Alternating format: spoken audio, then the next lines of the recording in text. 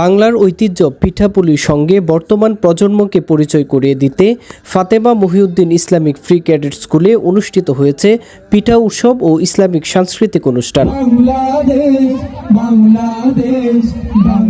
সোমবার সকালে বিদ্যালয় চত্বরে এই পিঠা উৎসবের আয়োজন করা হয়।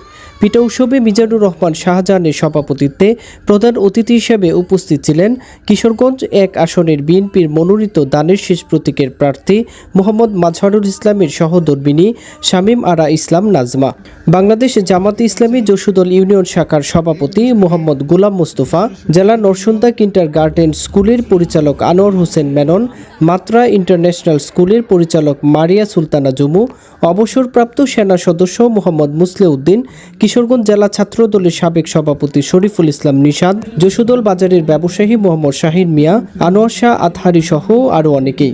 অনুষ্ঠানে বিশেষ আকর্ষণ ছিল শহীদ উসমান বিন হাদি রহমতুল্লাহ আলাইকে কেন্দ্র করে আয়োজিত নান্দনিক ডিসপ্লে ও ঐতিহাসিক প্রদর্শনী।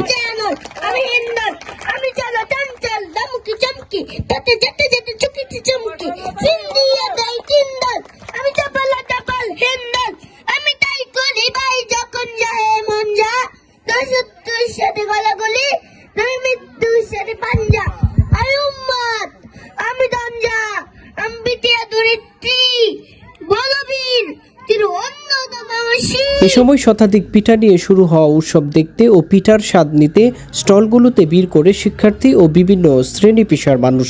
আয়োজকরা জানান, ভবিষ্যতেও এই ধরনের শিক্ষামূলক ও সাংস্কৃতিক আয়োজন অব্যাহত থাকবে। রায়হান জামান, কিশোরগঞ্জ টেলিভিশন।